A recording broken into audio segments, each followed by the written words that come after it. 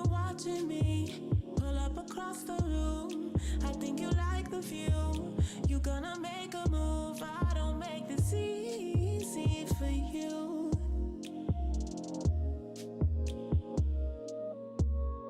It's not intentional. I'm not responsible. I never played a game. But if it's in my face, I don't make it easy for you.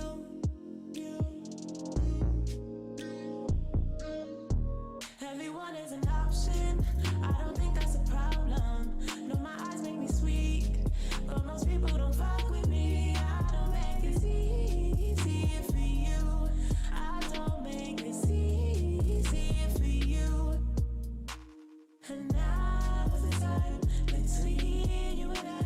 Get out of your head, step into my mind, be that easy for you. I could be that easy for you.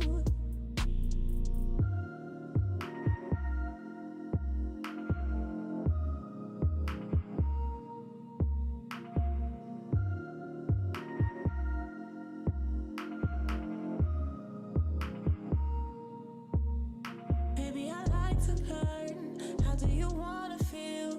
Tell me your fantasies as you discover me. Can I make this easy for you? I wanna make it easy for you. And it's not intentional. I'm not responsible. I never play the games. But if you're in my way, I don't make this easy for you. I won't be that easy for you. Everyone is an option. I don't think that's a problem. No, my eyes make me sweet, but most people don't fuck with me. I don't make this easy for you. I don't make this easy for you. And now is the time between you and I.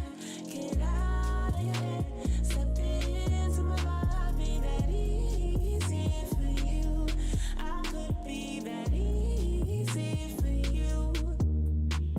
And now is the time between you and I. Get out of your head, step into my mind, be that easy, be that easy, be that easy for you.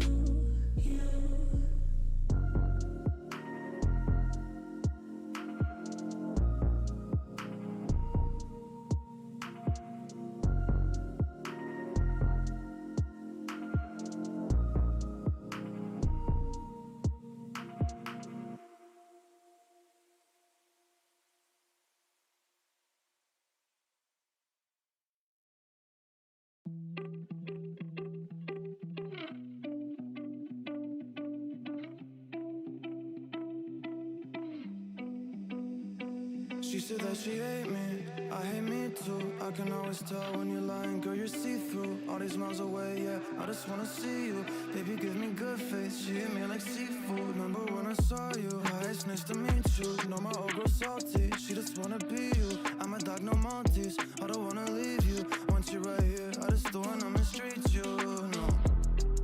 Cause I've been a douchebag before, baby girl, I don't wanna repeat. She just won't please me, she look in my eyes, told me why are you bleeding? And I don't even know how to answer. I take these drugs to my bladder. She says she noticed a pattern. She say I look gorgeous, I tell her I'm flattered. But I hate my reflection. When I look at you, all I see is perfection. I'm so depressed and I don't know the reason, just wanna feel better. Hate my reflection. When I look at you, all I see is perfection. I'm so depressed and I don't know the reason, just hope I feel better. Don't know the reason, just hope I feel better. I just hope I feel better. You said that you love me, don't know if it's still true. Hate it when you're not here, love it when I'm with you. You say you don't trust me, all the shit we've been through. Why you always upset? I don't really get you, I don't really get you. Why should I always gotta be so stressful? Baby, can you tell me why are you so vengeful? I don't understand you, I can't live without you, but I can't fucking stand you. I'm just so obsessed, I should take better care of myself, but fuck it. blacked out in public on that like she upset, but I know she love it. I hate my reflection and I look at you, all I see is perfection. I'm so depressed and I don't know the reason, just wanna feel better. Hate my reflection when I look at you, all I see is perfection. I'm so depressed and I don't know the reason, just hope I feel better. Don't know the reason, just hope I feel better. I just hope I feel better.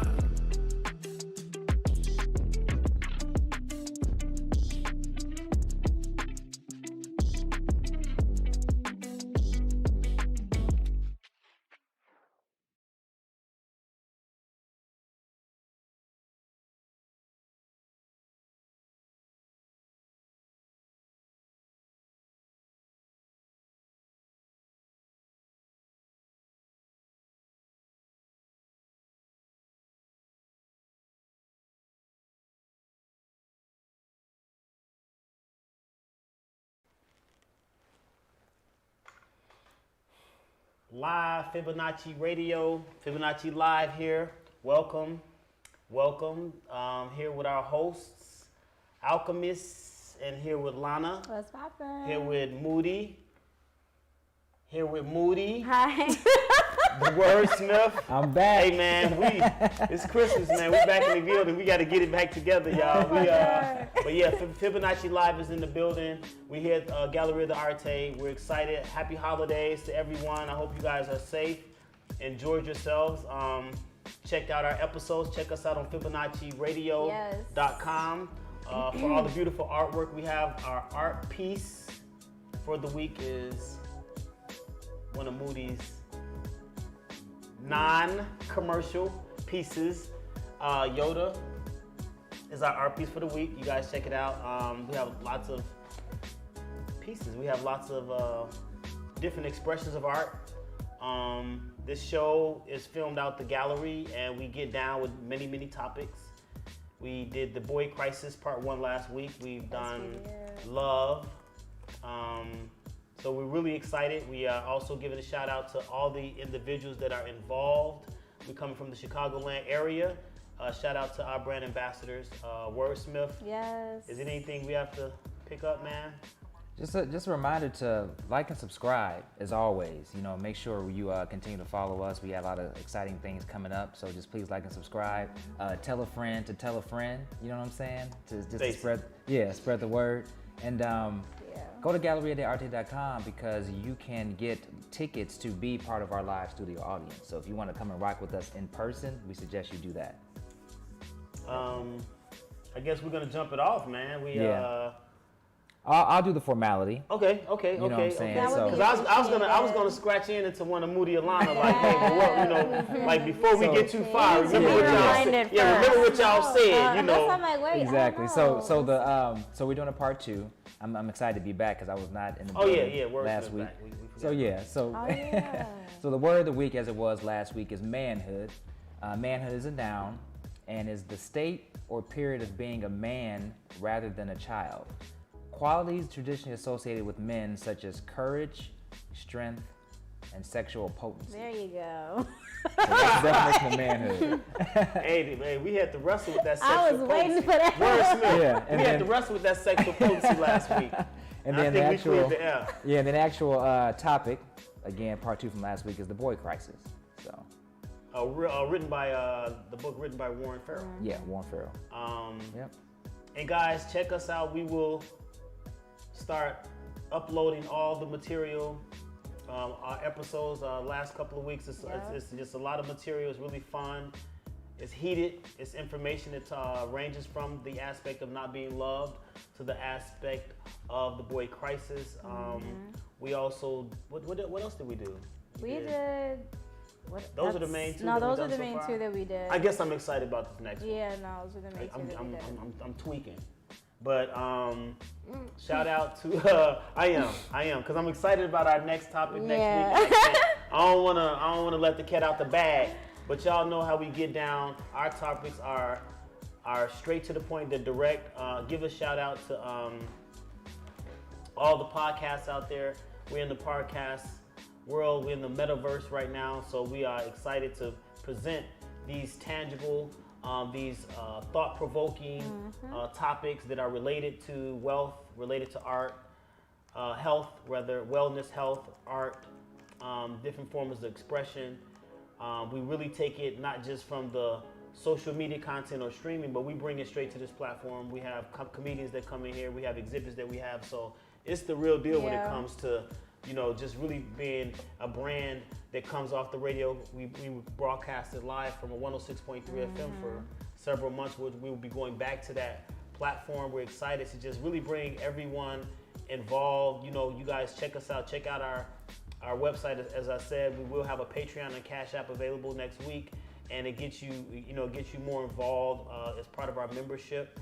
There are amenities involved with the membership and nice packages involved. There's more detailed information. There's facts that we drop that we won't drop here. There's behind the scenes content. And we also gonna find out what's going on with Lana. Lana always got something popping. She always got something popping. So if you want to find out more that's going on with Lana and MoodE, MoodE has her exhibit coming. MoodE has her art, different types of material that she's presenting, the product that she's presenting. You guys are going to be able to get part of that Patreon membership and get accessibility to all that, all this personality. So, man, Wordsmith, you was gone. So you gotta bust. You gotta bust in the air first, man. That's it, man.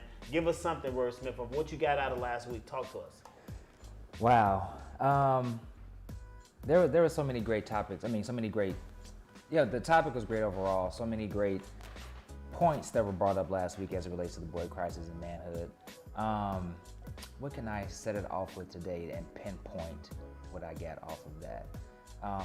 I think that the one thing that resonated with me, and I think we talked about this the week before that too, was the whole word manhood, the definition of manhood. And I think it's so skewed in this day and age, and it's been skewed for a number of years now, but getting really to the core of what manhood really is. And I like the connection that was made last week about a real man is the one who's able to exhibit and show love, and really get into that core of love and where does that love come from? How is that love learned? What's the origin of that love?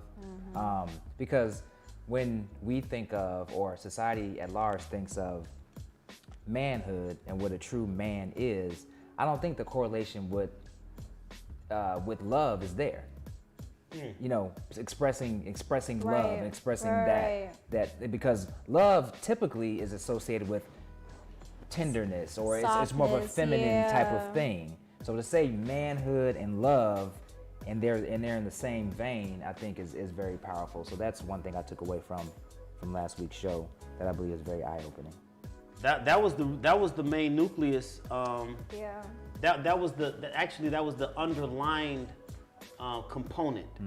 We talked about the nucleus that Warren Farrell discussed, which did the cause and effect of the boy crisis. As Wordsmiths know, Lana and MoodE, we talked about it. The boy crisis was written by author Warren Farrell, and Warren Farrell described the effects of the way that men are handling reality, the way that men are handling relationships, the way that men are handling critical thinking, depression.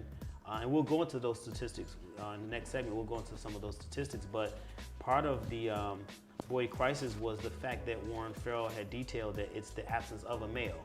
We talked about that even in the black community in 1965, 25% of the black men weren't in the household.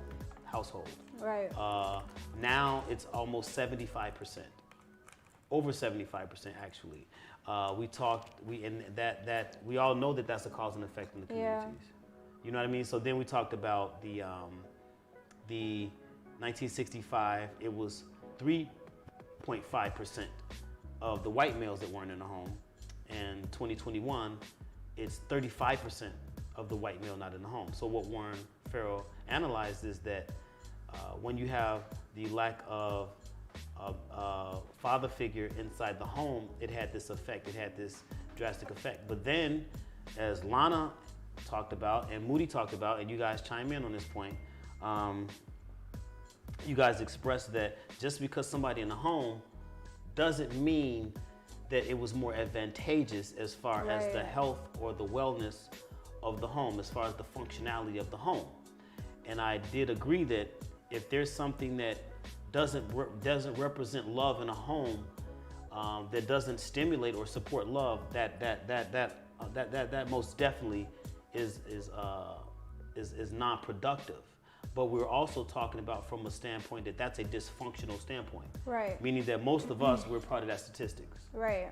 We're part of the 83% of statistics that the home is broken in some type of shape or form. So, like Wordsmith just said, the true component, because you talked about that, Lana, and I did. I was raised by my grandmother. You was raised by your grandmother.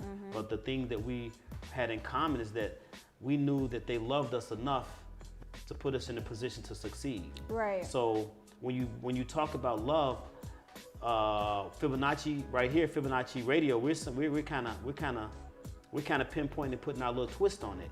We're saying that it's love in the home. And not only are we saying that it's love in the home, we're saying that it's a man's responsibility to hold on to that stature of love. If the man can't love, then the man can't get a reflection of love. So women usually project men in our society. You know, how the man behaves is how the woman's going to react or respond. Lana, you said that a lot. Like, hey, I'm gonna see how you get down. Yeah. And then I'm gonna go from there to decide how I want to, approach handling you or dealing with you if I so choose. So we always understood that the reflection of the man is the position that the woman holds. And if there's a lack of love, which means the presence of the man, having enough love or sacrifice to be in the home. We haven't even talked about that aspect, is that nowadays, and Kevin Samuels, shout out to Kevin Samuels, I don't, for the most part, I'm 100% down with his ideology, but some things I would challenge, but that's not the point here. It's just the point of him discussing some particular issues that institute sacrifice. And we were talking about, in our other episode, we were talking about love and the attributes of love. And like you said, Wordsmith, we keep pounding it out like it's some type of romantic situation all the time, or it's always sweet. But love can be rough. Love can be tough. Love can be foolish. Love can be, you know what I'm saying? Love can be dangerous. And we'll get more into that, but I just want to. Would you rather have love from somebody or respect? Don't they go hand in hand? No. No, they do not go hand in hand. She's making you pick one. They That's the question. They do not go hand in hand. No, they do not. We all heard the question. Okay, can you put that out there one more time? And y'all subscribe to Fibonacci Radio, subscribe to our website. Because you were talking about just love, foolish love, right? Happy love, tough love, sad love. So it's like, well, would you rather have, if you were with somebody, would you rather have this person love you, or would you rather have this person respect you? I think that's based on what you need. What I would rather have, personally, is respect, because respect can get turned into love. But sometimes people love you but don't like you. Yeah. Sometimes people love you but don't respect you. They don't respect the things that you did. They don't respect some of the stuff, but they still have to love you.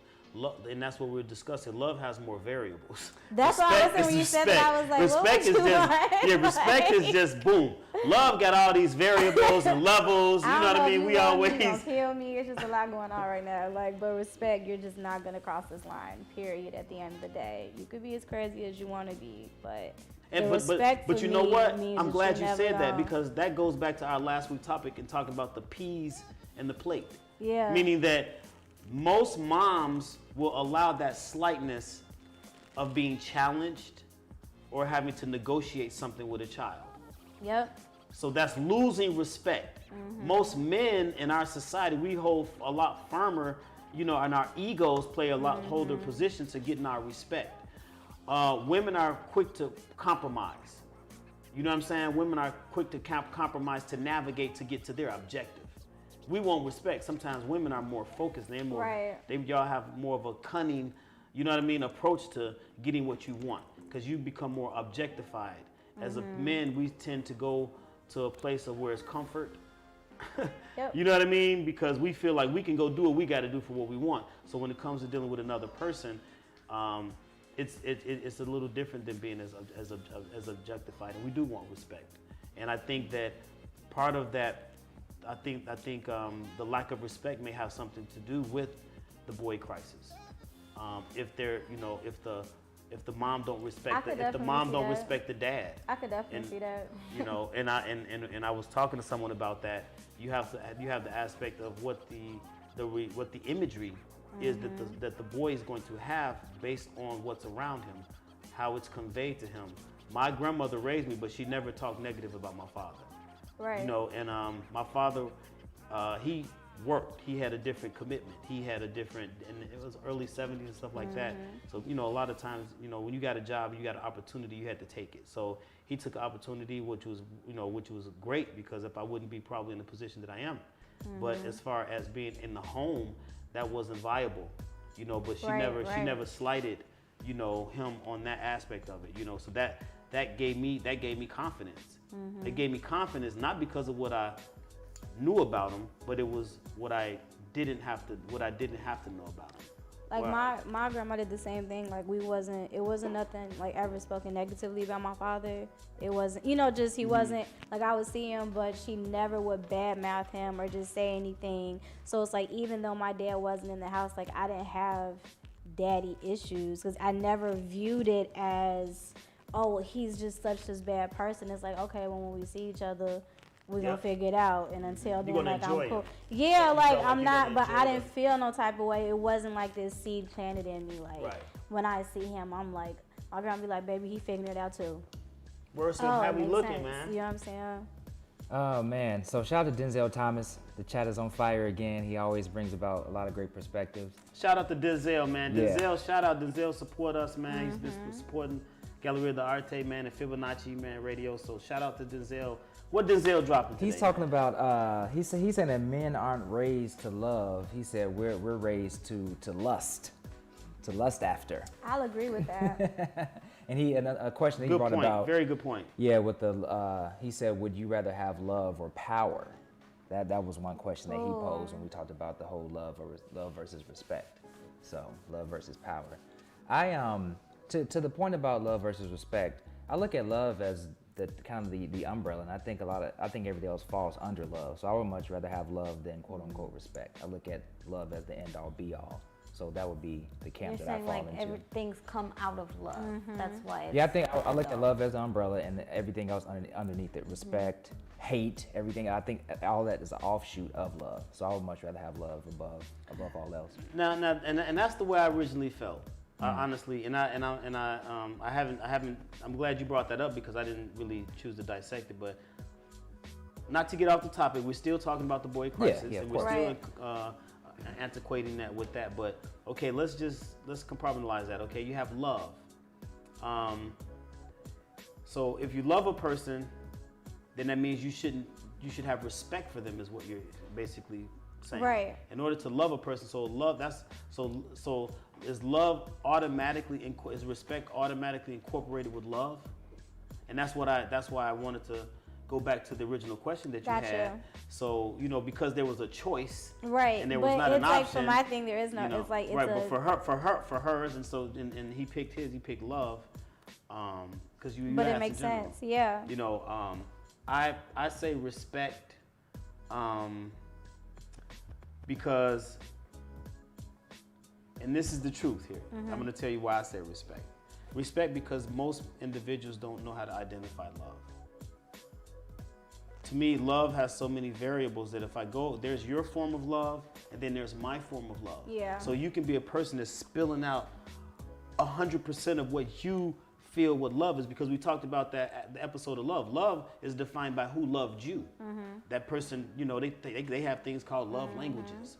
You know what I'm saying? So it's like, that person's language of love, you know what I mean, might not be, but the respect, when you have the respect for as far as just breaking this, we're splitting hairs, it's all good, but as far as respect, when there's respect, what happens is you choose to give up something. You choose to want to give up something when somebody respects you. You know what I mean? The minute you be like, oh, he respect me, then, you go and you do a favor really quick, or, oh, no, I got that, because you appreciate, because that's a connection. love, a person, like I said, a person can love. We talked about that, and that's why I'm glad we started out our first episode with love, because how you love and how I love, is different. And by the time we figured it out, because they said in relationships, because when you used to ask me the question, I'm looking towards it as how do you get to getting married? But how that's how, right? You know, right. you know But what I it mean? makes sense So, because I was Lana, I looking want you to at hold that point. We got to go to a little bit of a break in a minute here. I know you got something to say. I can't wait to hear what you got to say. Yeah. It sounds like what you were... And MoodE revving up. I Yeah, can see revving it's up. getting hot over She's here. revving up. It sounds like you were saying, Alchemist, that respect is a little bit easier to You know what you're have getting into. Yeah, you know what it is. Yeah. It's more of a defined thing than love. Is that... Yeah. Yes. Okay, That's so what when I somebody was says saying, respect, they can that light bulb goes off. Okay, I know what that is. Love can cause more questions or Love more can cause- interpretations. Yeah, there's different love It's too many languages. others. Okay, You that know, makes that, sense. you know. Yeah. This week we have it's a lot going on at the gallery this week, y'all. We got 3 great events. So tomorrow, Monday the 27th, we have Chef Efren. He's gonna have this is the first of the Medical Monday series. Yes. With hors d'oeuvres infused with CBD. He's gonna provide some knowledge on CBD's properties, values, and also some great recipes. Also, That's gonna be nice. Yeah, it's gonna That's be really tomorrow. nice. On Thursday, Art of Noise comedy event featuring acclaimed comedian T. Murph is in the building this T. Murph, Thursday. man. Yes. Shout out to T. Murph. Yes. Shout out to you, T. Murph. Can't wait till you touch down, man. Send us that information, and it's gonna be live. Yeah, it's going to be exciting. And then wrapping up the week on New Year's Eve, we have an exhibit featuring Prolific Lee, who's an outstanding artist. The event will also feature Love, Cork, and Screw Wine Company. So for tickets to all of these events and everything else we got going on even after the fact, go to www.thegalleriadearte.com. And one What's that quick like, edit. It'll be Golden Vine Winery. Oh, okay. But we will have Golden Vine Winery. Yeah, Okay. but we will have Love, Cork, and Screw wine available. Okay. For our patrons, complimentary wine is what we have here at the gallery, and we will, because we do support Love, Cork, and Screw. It is a great product, so we're not even slighting it. We will be getting in contact with y'all, and I is that stand anything? corrected. That's it. Yeah. Is that it, Worst? Yeah, that's all for this this segment here. So we'll go to a little break, and we'll be back with Lana's viewpoint. Man, 4-4. So that's a nice one.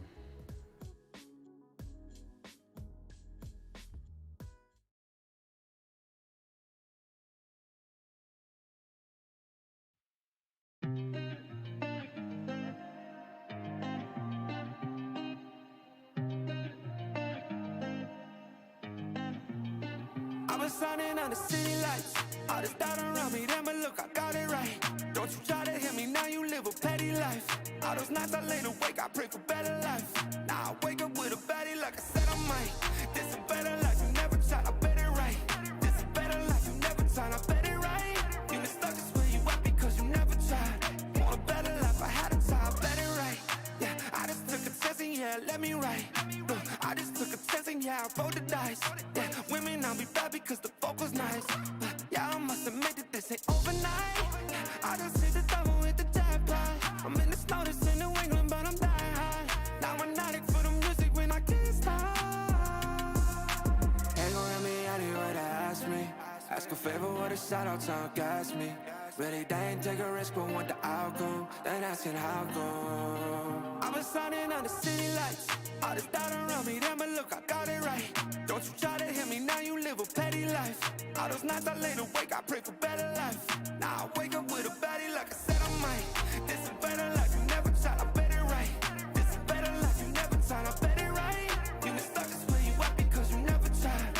Want a better life, I had to try. I'm all in this. I call the shots, I never call it quits. Trust my intuition, bet it's right and bitch, it often is. Seen too many others come and go, they had the wrong intent. Do it out of love and never for it, then I watch it get bigger than expected. No second guess it, I let it set it. It's God's plan, we out here only accepting blessings. I'm stuck with it, this mindset is terminal. In and out different terminals, leveling up is personal. And I already made it, y'all can miss me. I smack my girl's ass, tell her pinch me. It's hard to believe I made something from nothing. No hindsight discussions, I've been writing, I love it. All this doubt around me, then but look, I got it right. Don't you try to hit me, now you live a petty life. All those nights I lay awake, I pray for better life. Now I wake up with a baddie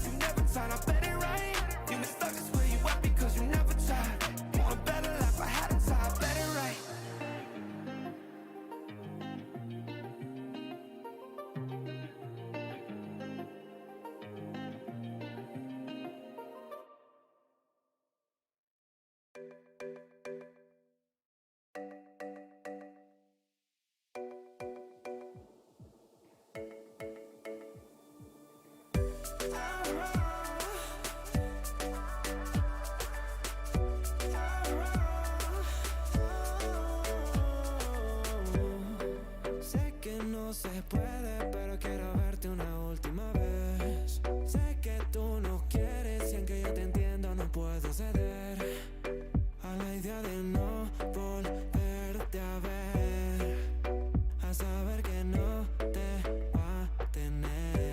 Yo no te quiero perder, aunque sepa que lo nuestro no va a volver.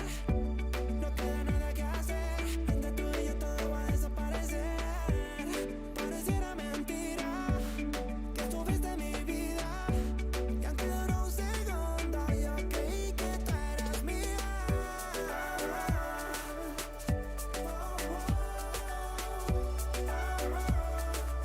Yo creí que tú eras mía.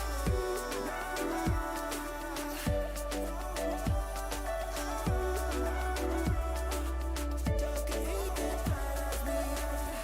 Lo que no puedo entender, cómo fue tan fácil verme y desaparecer. Aunque no es conmigo, ¿dónde estás? Sé que estás bien. Yo no te quiero perder, aunque sepa que lo nuestro no va a volver. No queda nada que hacer, entre tú y yo todo va a desaparecer. Pareciera mentira que estuviste en mi vida, que aunque duró un segundo yo creí que tú eras mía.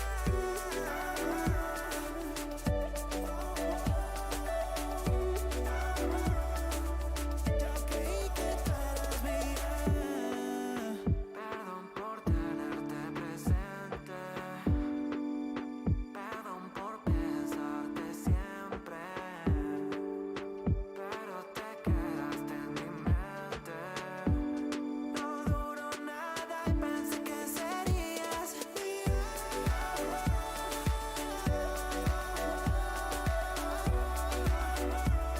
Pensé que tú serías mía.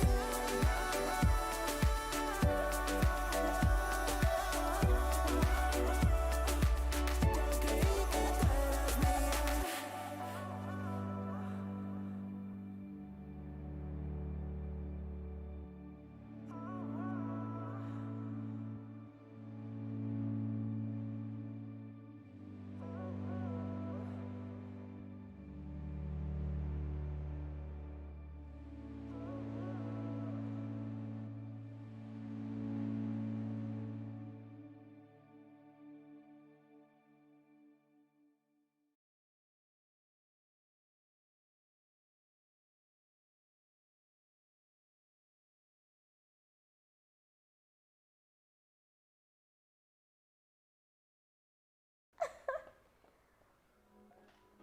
We're back here, Fibonacci Live, Fibonacci Radio, broadcasting out of the gallery.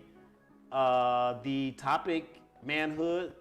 The topic is the boy crisis. Sir. Warren Farrell. It's The Boy Crisis by Part two. Warren Farrell. We've been diving deep into the definitions of manhood and how manhood translates into how the boy crisis came about because of how you're loved, which is a topic we covered last week. Yes. And so we're rolling from Week before Lana. last. Huh? Yes, week before Week last. Week before last. Oh, yes. Week Well, before today is the last. boy crisis part 2.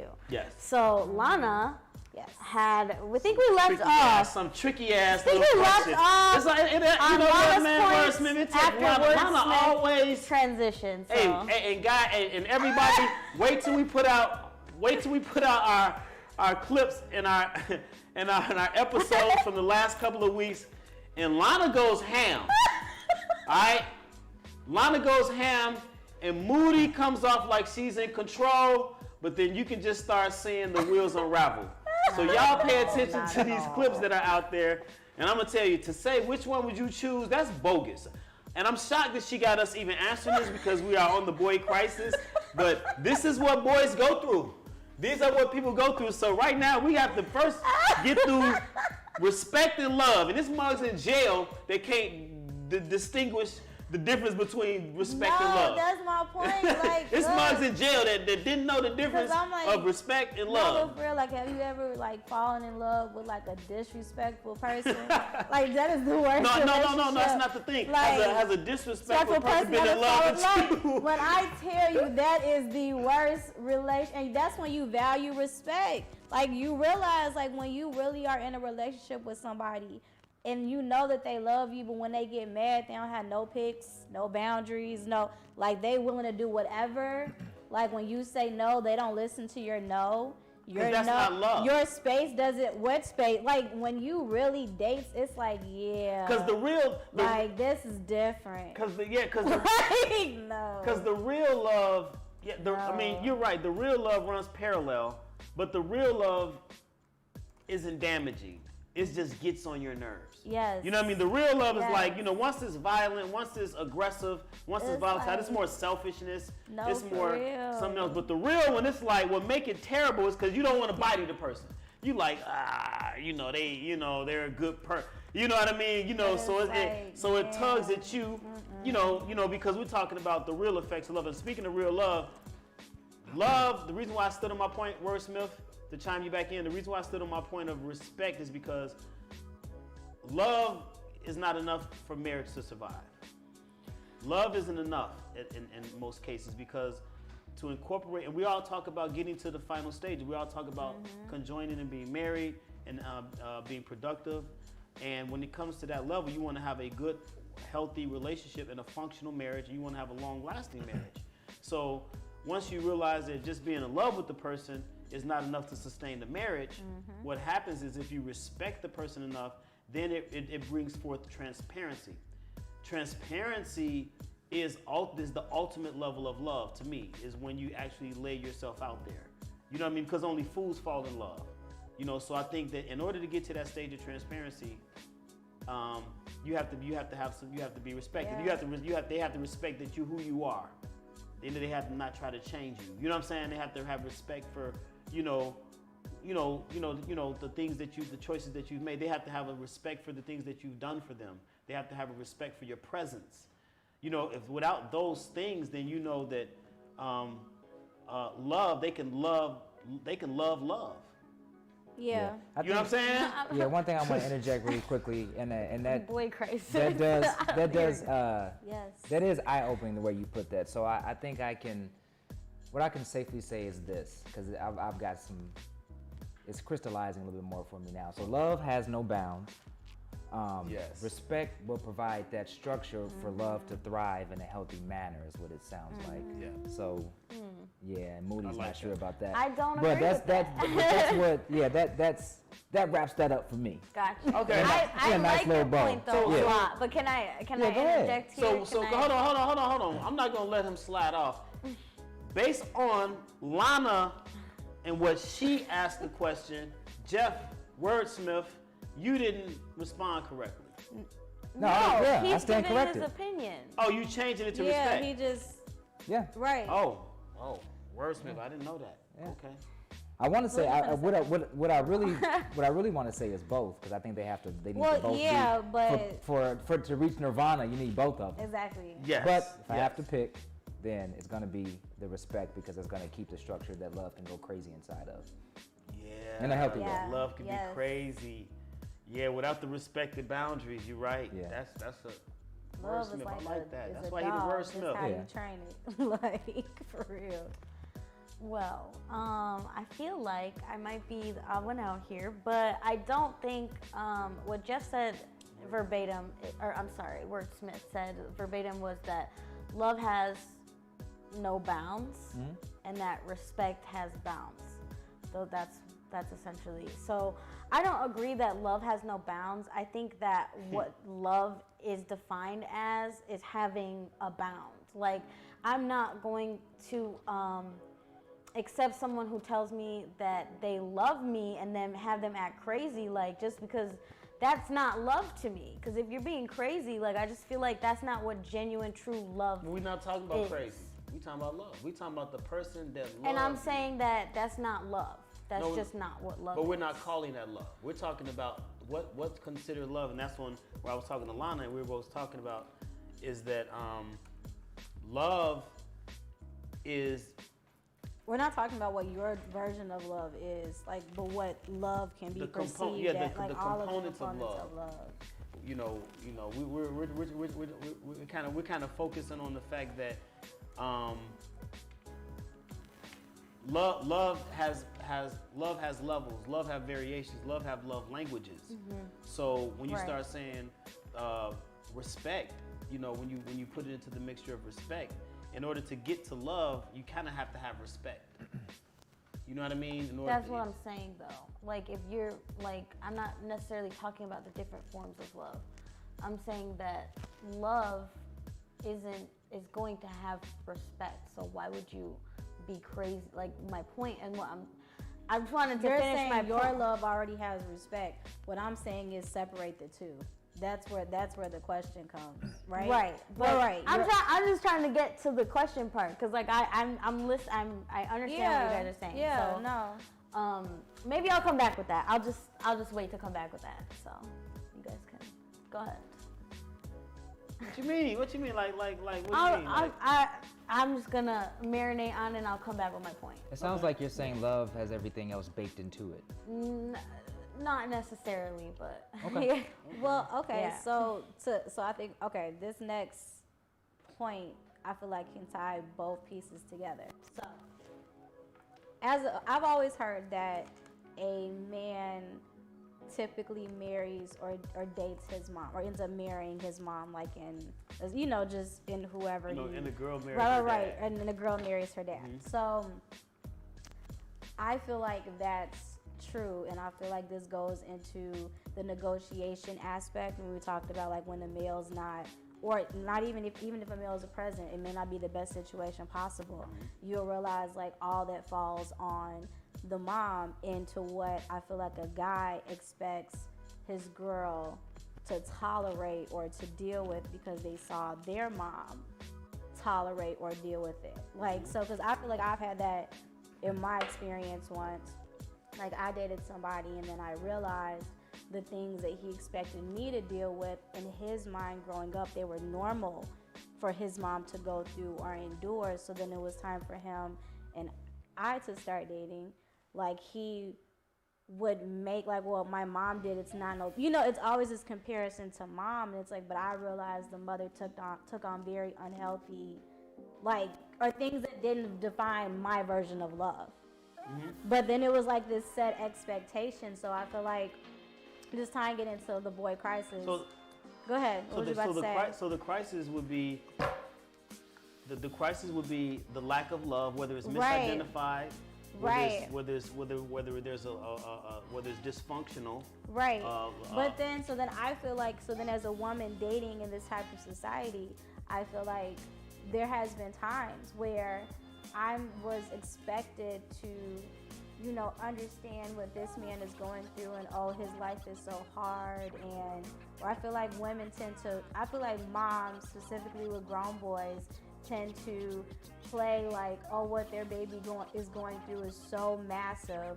But then there's not enough emphasis on the fact that then the woman is there is expected to deal with his emotional baggage or trauma or whatever that is just so difficult. And it's not the woman, the world. The world, See, right, and that's why there's the boy crisis. Now, we can relate it again to relationships. Of course. But the crisis is the fact that the adaptability or the inability to respond to reality that's going on. Right. So in a relationship, that's a form of relationship. But then you got to deal with the fact that someone at the job got to deal with this grown man, this grown male not being able to be a man. You have all these different environments and spaces that you have to still deal with this lack of manhood. And what I want to point out related to the crisis is that some of the statistics that we've gotten information on, and one of the things that I'd like to bring to attention is education. Worldwide, boys are 50% less likely than girls to meet basic proficiency in reading, math, and science. These are the detriments to the father not being in the home. Another one is, and let me know, Wordsmith, where we are in time. Yeah. But I wanted to put out these statistics so we can analyze them and break them down. We'll do a couple now, and then we'll go into another segment. We'll talk about them, and then we'll close out with the statistics on the last segment. But it's a crisis of mental health. ADHD is on the rise, and as boys become young, men, their suicide rates go from equal to girls to 6 times that of young women. It's a crisis of fathering. Boys are growing up with less involved fathers. Boys are growing up with less involved fathers and are more likely to drop out of school, drink, do drugs, become delinquent, and end up in prison because of the lack of guidance, because of the lack of direction, because of the lack of love. And it's a crisis of purpose. Boys' old sense of purpose, being a warrior, a leader, a sole breadwinner, are fading. Many bright boys are experiencing a purpose void, feeling alienated, withdrawn, and addicted to immediate gratification. So let's chew on that. Let's kind of process that. These are the ramifications. These are the cause and effects that the boys are going through because they feel like they're not sustainable, because they feel like they're not apt, and they're not even taught how to be, how to really present themselves and function, or the initiated values of having a warrior spirit or a I'm going to take care of the family type of spirit. Right now, a lot of the boys are adapting the learned behavior from their mom. So you have a lot of son husbands out there. Oh, that brings you know what I me mean? to You got something. a lot of son husbands. Can I? And then they turn into the minion because now you're a son husband. Now you're gonna go out there and do your mom's dirty work. So you're gonna now go protect her and every element and every ideology that she has because she's programmed you to make sure that's in play. Well, what about when your daughter want to go get married? What about when someone else's daughter want to go get married? They have to deal with this percentile of group of males. Moody, hold that point for the next segment. I know you got something. We're excited to hear what you got to say. Don't forget, okay? I won't. You promise? Yes. All right. Denzel in the chat is actually right in line with what you were saying, talking about all how all this leads to negative impacts on mental health for males. Yeah. So he's right in line with what we're talking about. I want to bring up a new segment introducing this week called "What's Capping." Okay. And so these are going to be these little gems I'm going to drop to kind of make you say certain issues and stories that are going on. I really want to hear what Lana has to say about this. There's a new dating trend called hardballing. Sounds kind of nasty, but it's not. So hardballing is a term that explains when you tell someone all of your expectations up front before you even go out on the first date. I'm with it. So you get the whole I'm with it. joint out of the way before the first date. Your expectations, and it all depends on the person, obviously. So it can be your life goals, what your own personal 1, 3, 5, 10-year plan is. What? That is so you vet smart. all of that out. And the main purpose for that is to weed out whatever suitors you have to I guess, so the cream can rise to the top. Is it successful? It's a no compromise method of maintaining boundaries and romantic goals. That is says, so smart. Says best-selling author Susan Winter. What? Yeah, that's a Gen Z thing. So basically, you just sitting down and being direct. So it's before we Brutally. started. So that's the capping part. Is it's not real. No, it is real. No one's gonna get on there and actually tell the truth inside. That's the capping to me. No, it's not. So no. From what I've seen examples of it. So basically, like, how many kids do you want? It's not like, okay, what are your plans? You said hardballing. But it's hardballing so, is setting up your expectations and what you both want and how you. Do you expect I thought that was a long being time? grown. They call that He's hard. talking That's about called the hard. term. No, it's the way they do it. They done took being grind. Okay, I'm You sorry. guys used to drop your handkerchiefs, and I heard this the other day. Wait a minute. I thought just being upfront about what your 5-year plan was is just wrong. That's called hardballing. So we normally laugh. Yes. So the normality is to be a liar. And now, these are for the non-liars. For the honest people, you can hardball. So perhaps hardballing is being honest. Yes. Okay. The That's definition of hardballing. Okay, let me try to get some meaning because I'm a little confused. How much time we got? Yeah, I know. We need to go to break. We'll be back. So Moody got 2 points to make now. We come back from break. I know I threw that out, man. So real quick, Chicagoland area, surrounding suburbs. Infinity Tea Company has an upcoming event here at the gallery. So for more information, go to thegalleriadearte.com. We'll be back in a few, y'all. Yes. Hardballing. Curveballing.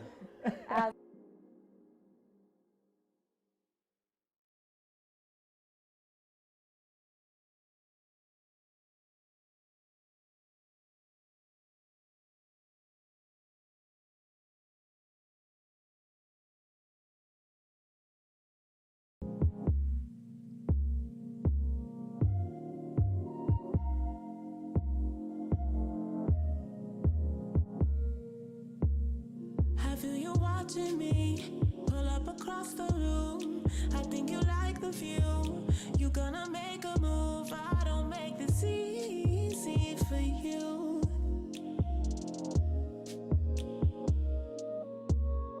It's not intentional.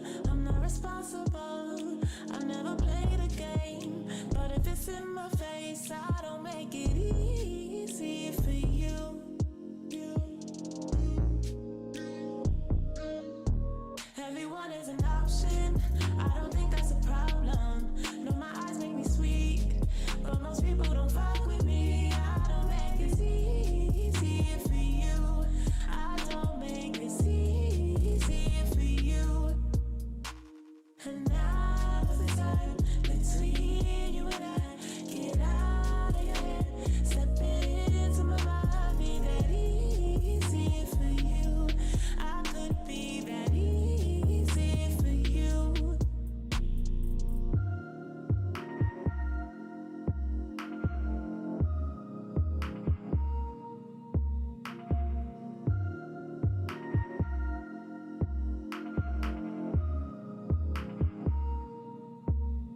Baby, I like to learn. How do you wanna feel? Tell me your fantasies as you discover me. Can I make this easy for you? I wanna make it easy for you. And it's not intentional. I'm not responsible. I never play the games. But if you're in my way, I don't make this easy for you. I won't be that easy for you. Everyone is an option. I don't think that's a problem. No, my eyes make me sweet, but most people don't fuck with me. I don't make this easy for you. I don't make this easy for you. And now's the time between you and I. Get out of your head, step into my mind. Be that easy for you. I could be that easy for you. And now's the time between you and I. Get out of your head, step into my mind. Be that easy, be that easy, be that easy for you.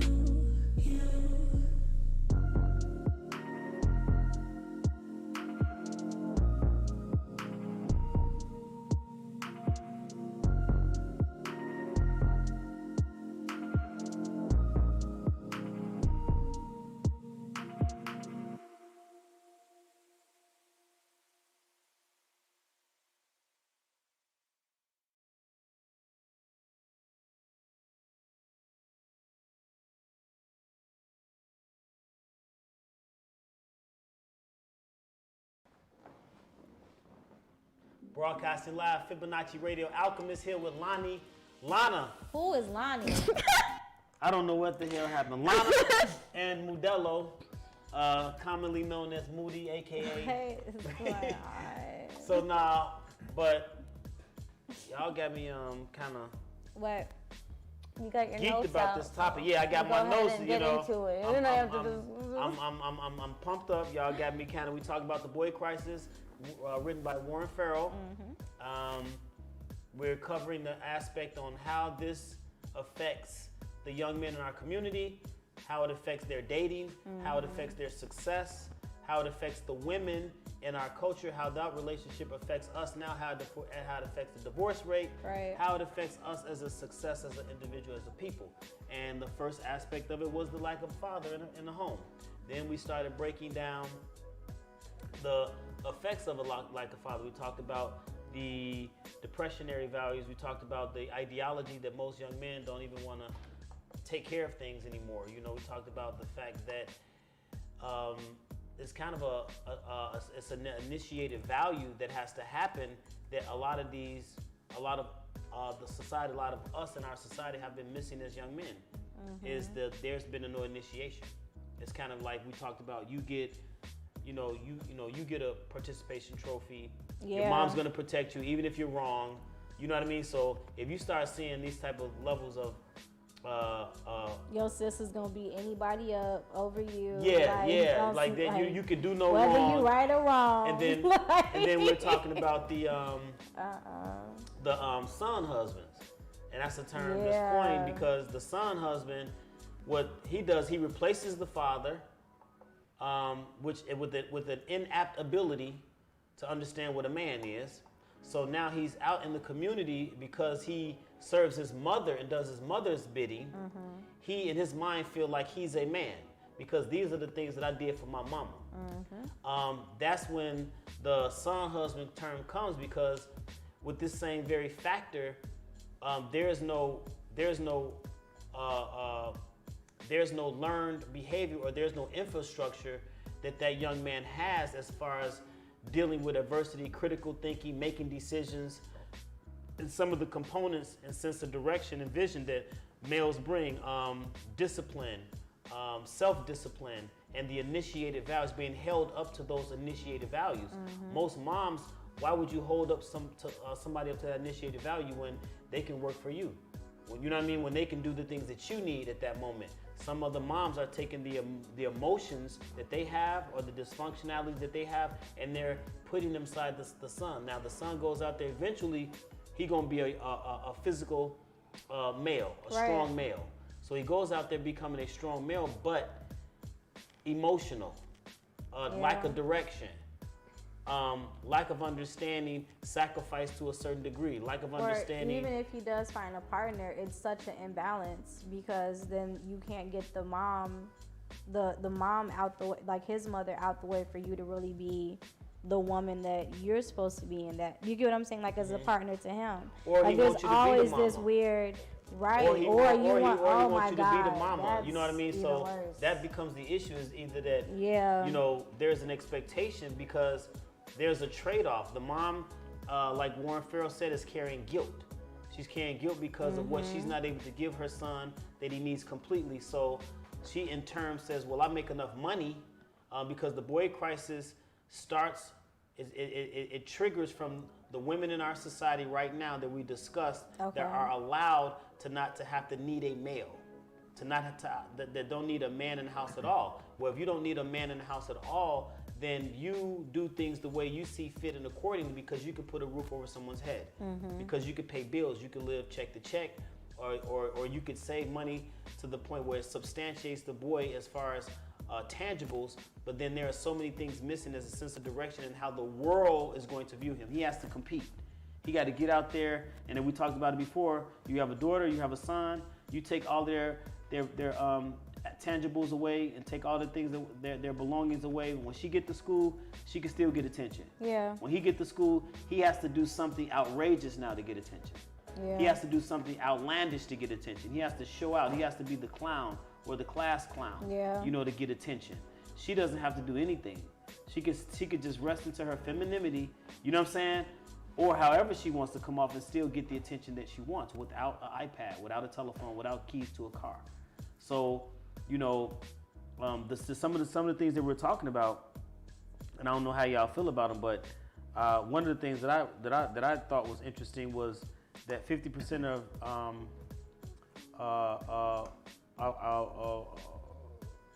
worldwide boys are 50% less likely than girls to meet the basic proficiency in reading, math, and science.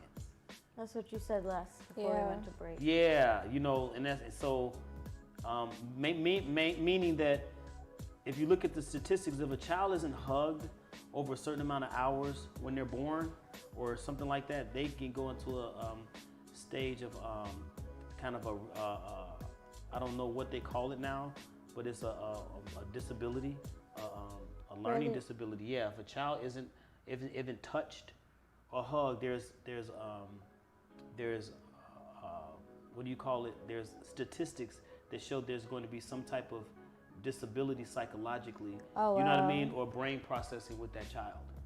Like it's like at a high rate, like 80-some% or 90%. Like if the child has to be held or hugged. Or some type of, some type of physical. It has to be a human interaction for that child to understand this. Oh, I know what you're talking about now. Yeah, you know what I mean? I know, okay, yeah, I know what you're talking about now. Because we talked about that in Anatomy of the Ego. The first stage of one of the first stages of your Yeah. ego is understanding self. You know, the reflection of self, knowing that you exist and knowing that you're here. Yeah. To be here, but not knowing that you're here. You know what I'm saying? And not that be reaffirmed. Not having that mirror image. And I think that's similar to not having that mirror image with a father.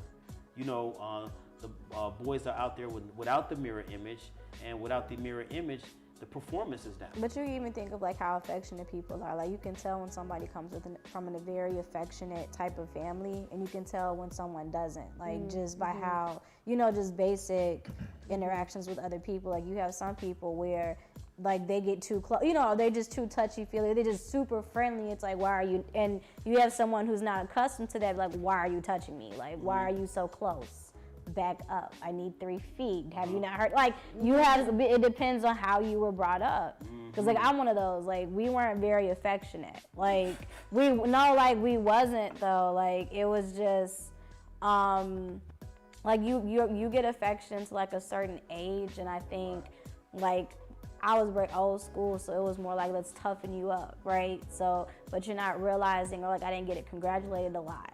But my mom believes, like on some tough love, And was bragged gonna about push you you, probably bragged about more me, than you can ever but would imagine. never say like good job. Do you get what I'm saying? Like it didn't matter how good, and I get it. Like as we got older, we talked about it, but then it made me realize how I process my accomplishments now and how I don't even speak about things that I've done.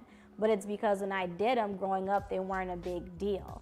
They were never made to be a big deal. Okay, so how does that affect a boy? So So what I'm saying is, I'm just saying just in general. So like, let's say you have, in the reverse, let's say you have a mom, and any little thing you do, you get congratulated for, rewarded. Like, and these are things that maybe you shouldn't get rewarded for. And I use this as an example. Like, as an example, when it comes to men and men, it is more acceptable for a man not to be in a child's life, but if you hear the reverse, like, oh, well, the mom was in the baby's life, it's like, what? The mom was? It's like, well, wait a second. The like, dad why? has just as much The dad value. has just as much value. Yep. Or why am I being like? And don't get it twisted. Like every situation is different. So I know it's going to be somebody commenting, well, I wasn't. We're not talking about the few that falls. Yeah, you know, like in Warren Farrell's book, there's a quote that he does speak on that, what you're talking about. And he does explain that the better parent is both parents. Right. Because neither the father or the mother can compensate for the money that they provide, the love that they provide, and the presence that they're providing in their child's life. So either one is the better parent. They're both. Because they're just as equally held accountable as for the child's outcome. What do you mean by either? You mean you're saying both parents are necessary? Yeah.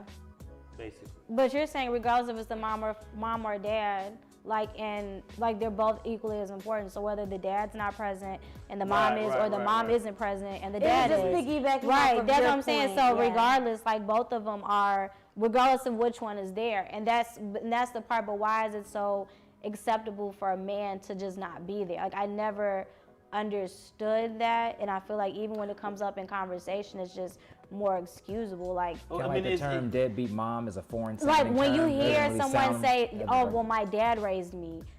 I bet you people have more curiosity as to, "Oh, well, how did that happen?" Than when you go, "Oh, my mom raised me." It's like, "Oh, okay." Yeah. It's expected. You know what I'm saying? It's like, why? Like I never.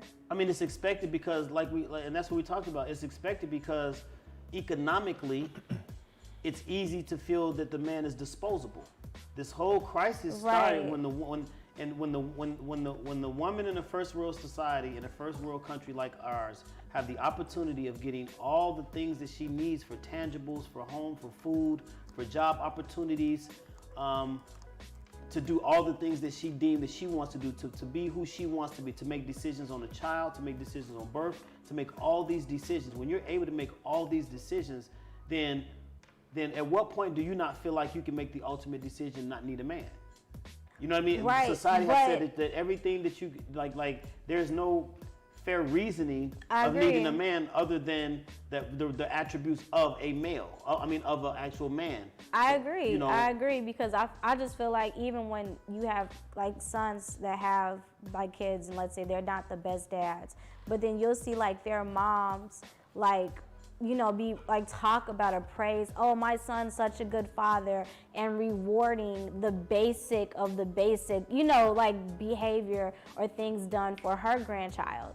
But it's like she'll praise, you would think the way that she praises her son, you would think he was there every single day or he was always involved or, you know, just always had his hand. It's like, I just see it being rewarded. But that goes along with what I was saying. It's the connection that the mom has with the son. The reward is you defend me and I let you get your way. And I let you get your way. I don't Okay. care how you slice. That's the son husband. You defend me and I let you get your way. If I let you get your way, then I'm letting you be undisciplined. Period. Okay. I'm letting you do you. I'm letting you do what you want, how you want. I'm covering your tracks. And I'm covering your tracks because I got guilt, because I might have ran your father off. I might have chose the money over your father. Right. I might have, I might not have chose to deal with any sacrifices related to your father. He might have been a little dysfunctional. I might have chose to look at the latter of the two. Either way, I didn't supplement what you needed. And I think that guilt comes in. It's not about, like you guys said, hey, if it's a bad relationship, somebody buking somebody or, you know what I mean, dog walking somebody, then you don't stay there. But then you still have to recognize what that child needs, what nutrients that it needs as far as the composites of a male in its life. And the crisis is that the nutrients for women have become money. The crisis have become the tangible things and the opportunity to just say, I don't need you day to day. Well, it doesn't, to me, it rears its ugly head when that same woman starts getting criticized on how her child behavior is, his failures, how he can't get a girlfriend, or how he can't get along, or how he can't keep a job, or how he's spoiled, or how he run the streets. And the minute that happens, that same woman starts blaming the lack of the father being there. Now it turns into a deadbeat dad, when the whole time, in my opinion, and breaking down from Warren Farrell, a lot of women feel with a lack of knowledge that their route and their ideology can work. A lot of women feel like, you know what, I got that covered. Give me the money and I can handle it. Well, here's the issue. A lot of those women are the same women that didn't have a dad. You know what I mean? So now we're talking about, you know, the cycle that's continuing on, because we're not talking about why the dad is not there. Right. You know what I mean? We're just talking about the dad not being there and what the effects of that is. Lana, keep that point, please. We need to. It's hot, man. It's hot. I probably keep cutting you off, Lana. Every time you get No, you're good. You're good. Lana be about to let it clip off. You're Don't forget that thought. It sounds like to your last point, Alchemist. There's so many cycles and so much generational dysfunction that's going on. I'm glad we're addressing this. We have to start working on breaking these cycles, people. It's so many things that are ingrained in us from a societal perspective, from a generational family perspective. We have to really start, and I'm hoping these conversations will lead to solutions as to how to break these cycles, because that's the only way we're going to make progress and kind of turn these antiquated ideologies around, is to break these cycles. So and I hate that, I know you're getting the final word, but it sounds cookie cutter, because to break the cycle, you got to start telling individuals, stop deciding to go for the money. Yeah. I'm gonna say, I mean, let's go ahead to and break the cycle, you have to bring it up, and I like the fact that at least the conversation has to be had. How many conversations do your family not want to have? Yeah. Compared to the conversations that they do want to have any conversation except if it's about So Jesus, I think that's where then we it could talk starts all day. originally. And granted, there's gonna be some Originally. tough choices. If you want to break the but- cycle, some tough choices are gonna have to be made, have to be had, and many bad habits are gonna have to be broken. It's not gonna be easy. You know, I say break the cycle. That is the way to fix it. But that's obviously easier said than done on so many different levels. So definitely. Galeria de Arte and its affiliate sponsor Export Fitness invites you to join our upcoming live events. Shout out to Export Fitness. For more information, as always, check out our website, thegaleriadearte.com, and make sure you like and subscribe all across the board. And we'll be back for our final segment. Yes. Sir. Fibonacci Live. Alchemist, let's do it. Let's get it.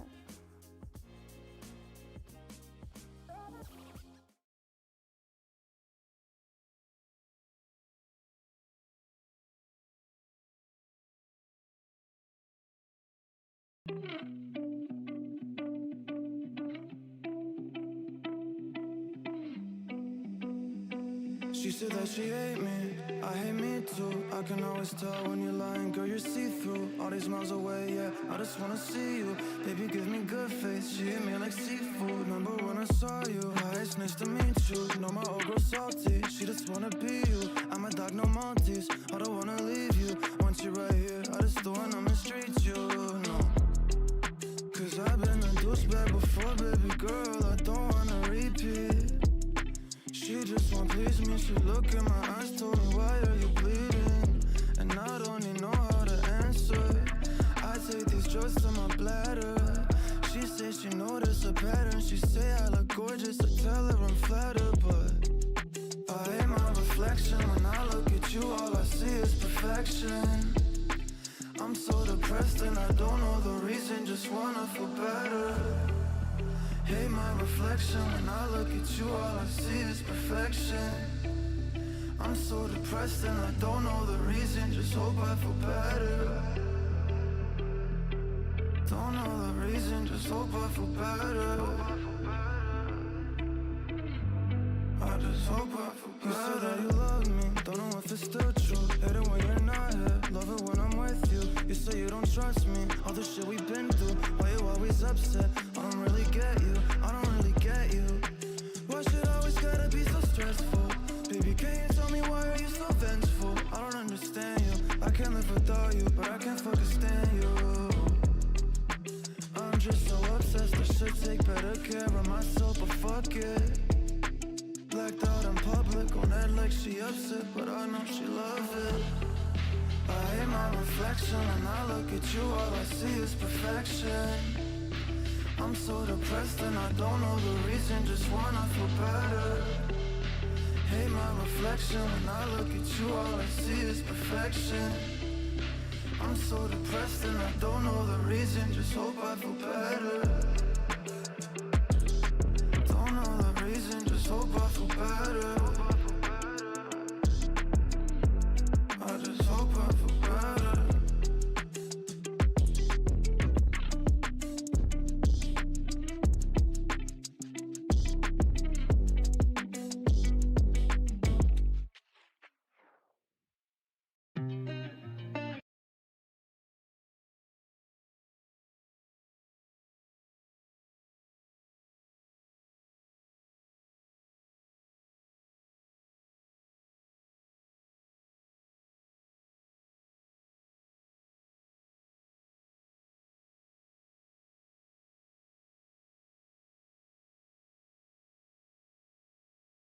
Female, there obviously are certain things that we can see that are completely. Fibonacci Live, we back and Let's pop in. Lana. Yes. Breaking On it fire. down. Can you? Okay, so yeah. She was just bringing it in. We just wanted her to roll on in with the topic. Okay, so.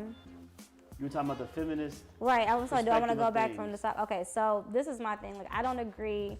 And you're probably gonna be like, where did this come from? But just hear me out.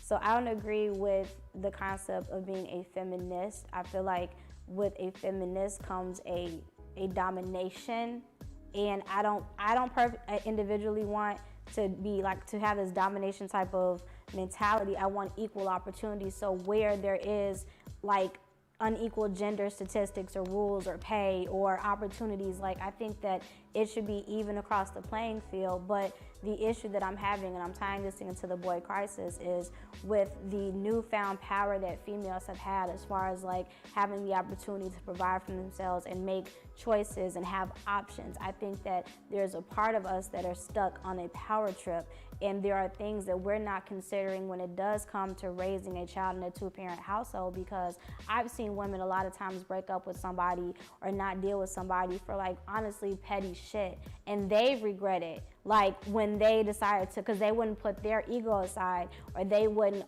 take accountability in their ass, like, you know, in their point of view, where they're just so dead on like, well, this shit is supposed to be my way. And I feel like right now as a society, when you talk about moms feeling guilty for maybe running off the son's father, it's like I've seen women like dead ass sure wrong, but because you want to fall or play victim, you want to play victim like a female when it's convenient, but you don't want to check the fact that your ego is wrong. So now you ran off a good man. Let's talk about it. Like, he's not perfect, but he's genuinely a good man.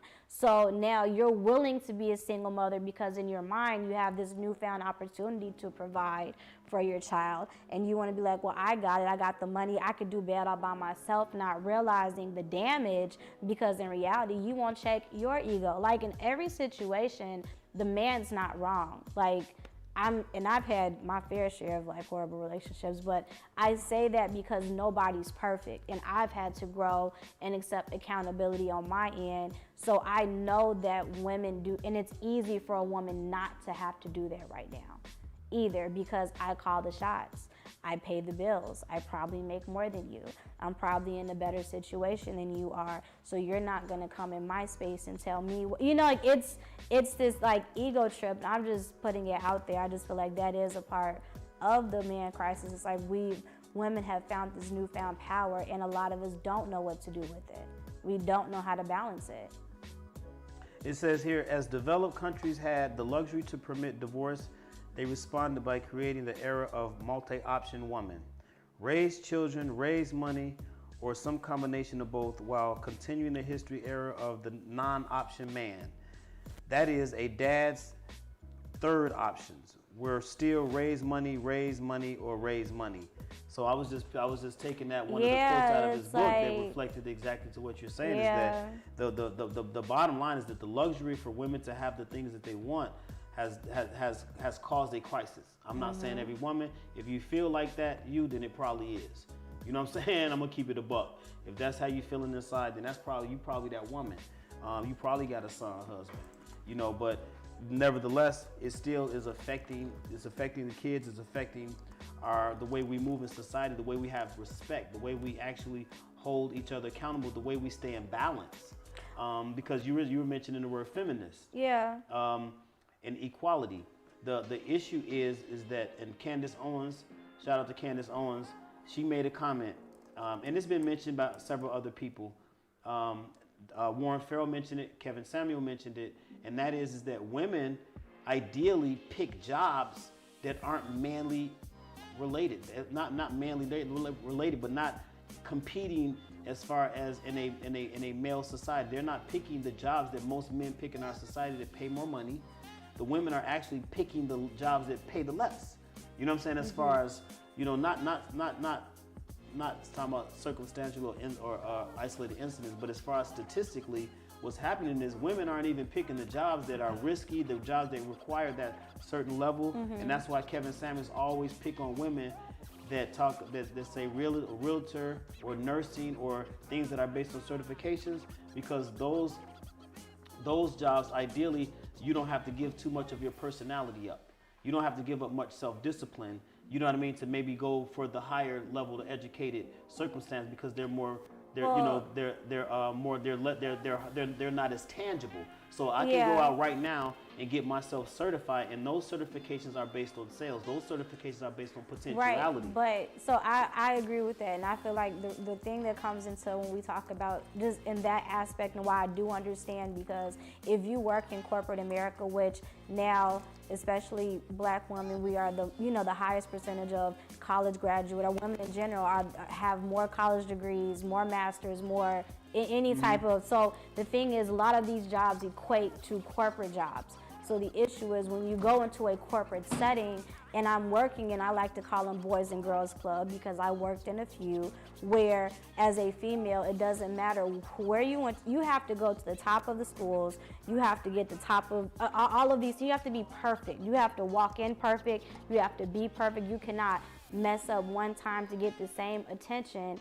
And let's ask for the same pay that your counterpart got in walking in off the gate, just because. See, so you're doing a counter against it. Well, no, I'm not doing a counter. What I'm saying is, like, it's a real thing. So. But the countering part of it is that this is the countering part. The women have a choice to leave that job that really pay less than the other job that's the pipe fitter, and the other jobs that pay 3 times more. She can actually not have to get in that arena if she don't want to. Right. I did want to. So, but thing is, that's not just specified to that. Like I've seen it. Like I have. I don't know if you got. I don't know if I completed my whole point. Okay. I was really making a full round down. Right. Okay, go You ahead. can chop up that little part of it, but it'll keep us stuck Gotcha. on my overall point. My overall point is based on the statistics and the choices that our women are making with these master's degrees, with these PhDs. Okay. First of all, they're getting these degrees in arenas that don't economically pay a certain amount of money that allows them to put themselves in a position to retire alone, or to put enough money to save to not have to work again. These jobs aren't really designed like that. The second thing is that there has been discrimination against women, the same way when you go into nursing, a lot of men can't get maneuver in certain positions because of the discrimination when you go to be a male nurse. I've taught to cut male nurses' hair and cut people's hair over years. They get their discriminatory values too. Okay. So he chose to go there and be a nurse though. Right. No one feels sorry for the guy. You know what I mean? He can't go and say, hey, you know what? They always want to hire the female nurse. Every time I put my job in, I hear this all the time. Well, why? No one cares. No one hears his shout out. Right. But you're gonna hear the shout out. Well, that's fine because these women are getting these jobs and there's expectations behind these things. Not just the job and the amount. It has to take care of and it has to provide and compete as a man. So now you're in the job and you're in an arena that really doesn't really put you in a position to still live by yourself, pay all the bills, save $20,000 a month, take care of a kid, or it doesn't really, you're just not in that arena. Okay.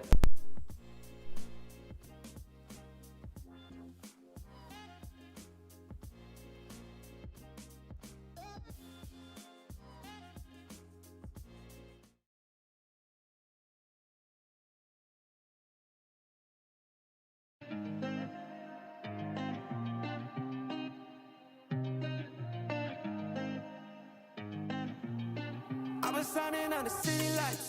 All this doubt around me, damn it, look, I got it right. Don't you try to hit me, now you live a petty life. All those nights I lay awake, I pray for better life. Now I wake up with a baddie like I said I might. This a better life, you never tried, I bet it right. This a better life, you never tried, I bet it right.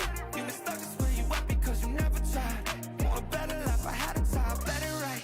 Yeah, I just took a test and yeah, let me write. Look, I just took a test and yeah, I rolled the dice.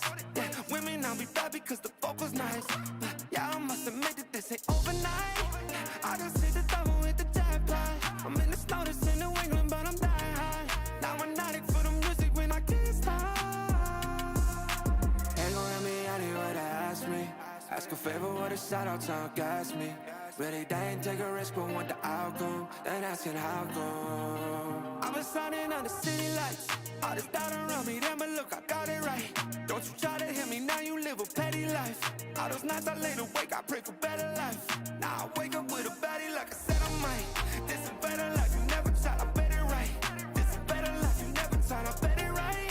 You been stuck just where you at because you never tried. Want a better life, I had to try. I'm all in this. I call the shots, I never call it quits. Trust my intuition, bet it's right and bitch, it often is. Seen too many others come and go, they had the wrong intent. Do it out of love and never for it, then I watch it get bigger than expected. Don't second guess it, I let it set it. It's God's plan, we out here only accepting blessings.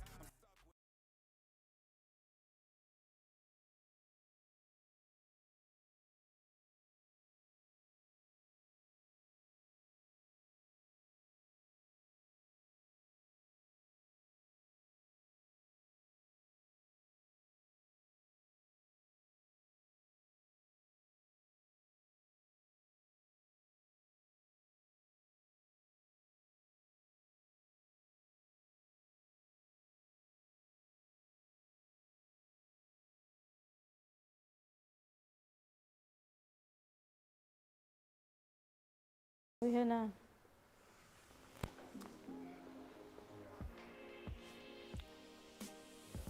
Fibonacci Live here. Sorry about the technical difficulties. I was waiting on Ruben to hit me with that pointer finger.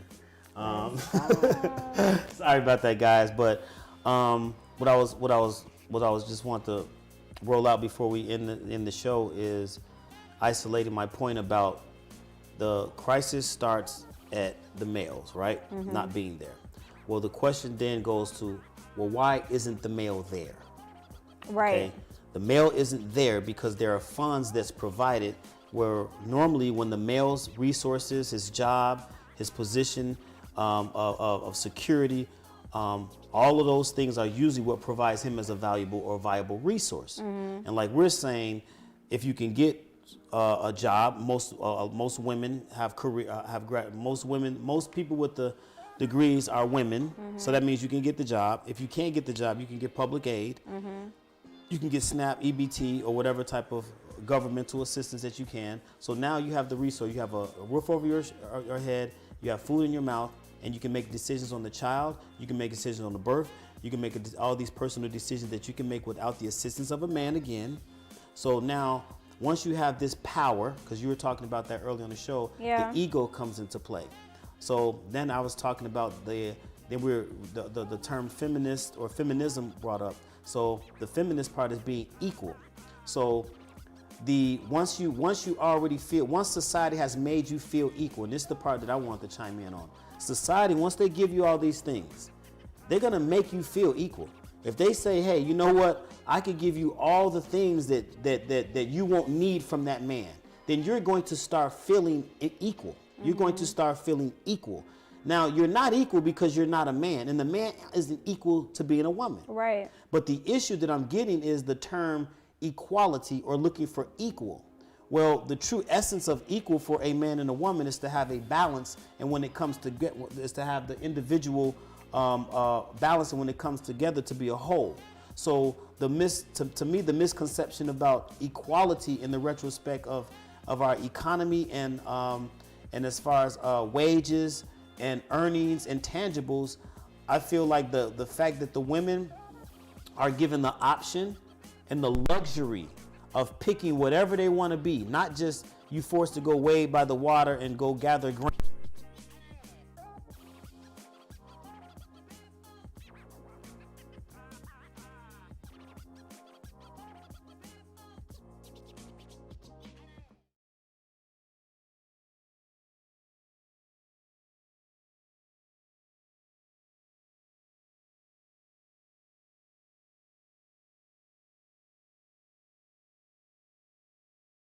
Already made it, y'all can miss me. I smack my girl's ass, tell her pinch me. It's hard to believe I made something from nothing. No hindsight discussions, I've been writing, I love it. All this doubt around me, damn it, look, I got it right. Don't you try to hit me, now you live a petty life. All those nights I laid awake, I pray for better life.